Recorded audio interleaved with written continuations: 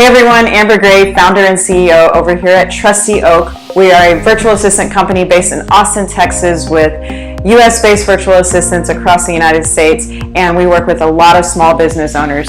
Today I want to continue a series on the topic of marketing for small business. Last month I created a video that was talking about the importance of creating a marketing strategy before you jump into marketing for your business. And today I want to segue into one of the most important steps to follow a strategy, and that is developing buyer personas.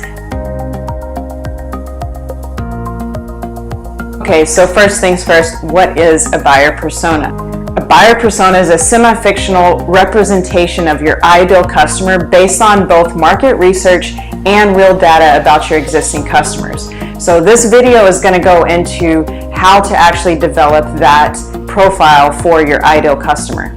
Before I go into the how developing buyer personas, I want to talk about why it's important.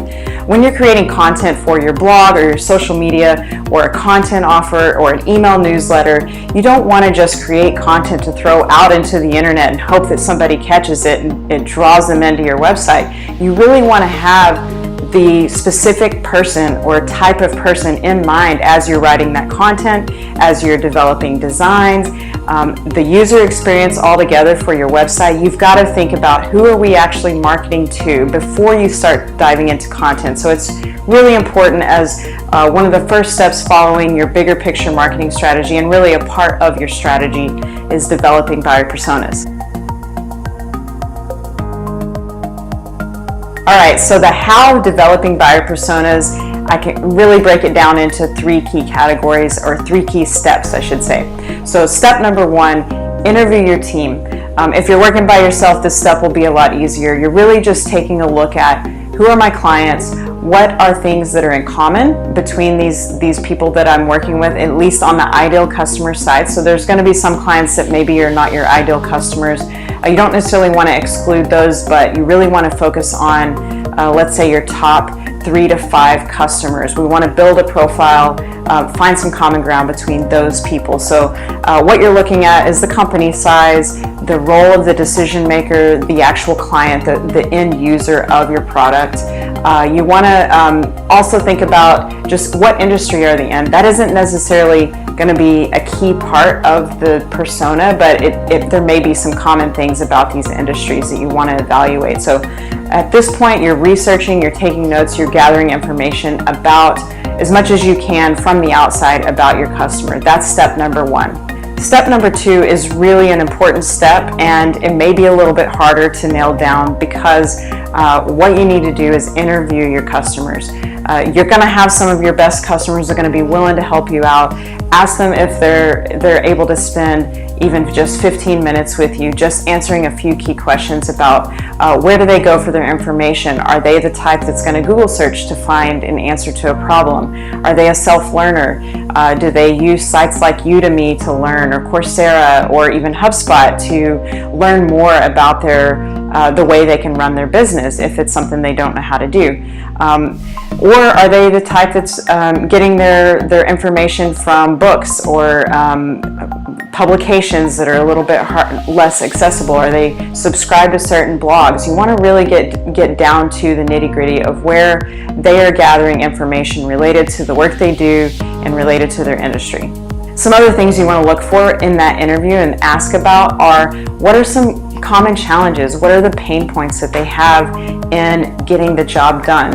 Are they struggling with delegation, for example? That's something that we're looking for in our ideal customers. A lot of them are feeling overloaded. There's a little bit of a descriptive, there's words you can use to describe your ideal customer, and it's not just about the plain demographics of things. Those are important, like I mentioned earlier, but we're also looking at what motivates them.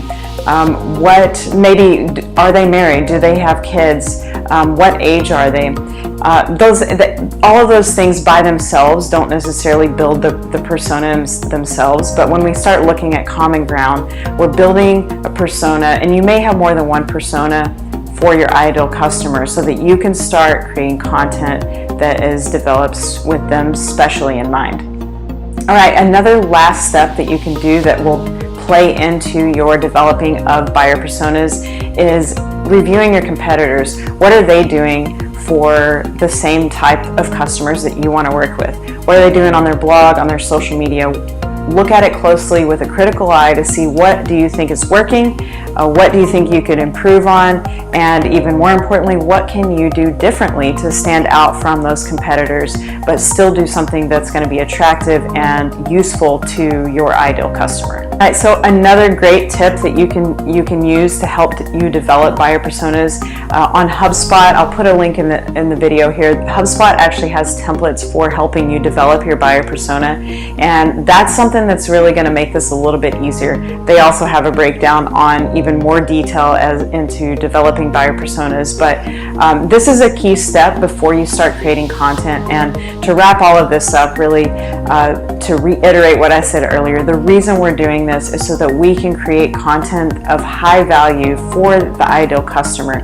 The key thing to remember is that you don't want to be everyone's hero. You want to be the hero to your specific ideal customer. You may have more than one type of ideal customer. It's okay if you have more than one buyer persona. We actually have 3 personas. Some of our blog content is geared towards everyone of those personas, while others are targeted in on a more specific type. So do what's right for your business, but thinking about an actual person when you're writing content is going to change the way it impacts and really speaks to the type of people that you want to work with. So start there. Don't just create content for the internet. Create it for your ideal customer. Thanks again for watching. As mentioned at the beginning of this video, this is a part in a series on marketing for your small business. If you're interested in more on the topic of marketing for your small business, don't forget to watch the video I made last month on marketing for your small business and creating a marketing strategy. Next month, we're going to be talking about blog strategy. We still have topics to cover on social media and email newsletters. So if this is interesting to you, subscribe on YouTube, or even better, go to trustyoak.com, sign up for our email newsletter. We're always putting out great content every month there, so we'd love to have you join us in that conversation. Small business owners, we're here for you. So if you have other topics you'd like us to help with, hit reply on the email if you're watching this from the newsletter, comment on YouTube, shoot me an email at amber@trustyoak.com. Any way you want to reach us, we'd love to hear from you.